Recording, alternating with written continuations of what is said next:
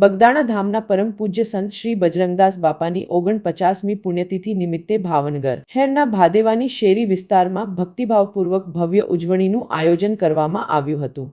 અવસરે મોટી સંખ્યામાં ભક્તોએ હાજરી આપી બાપાના ચરણોમાં શ્રદ્ધાંજલિ અર્પણ કરી હતી।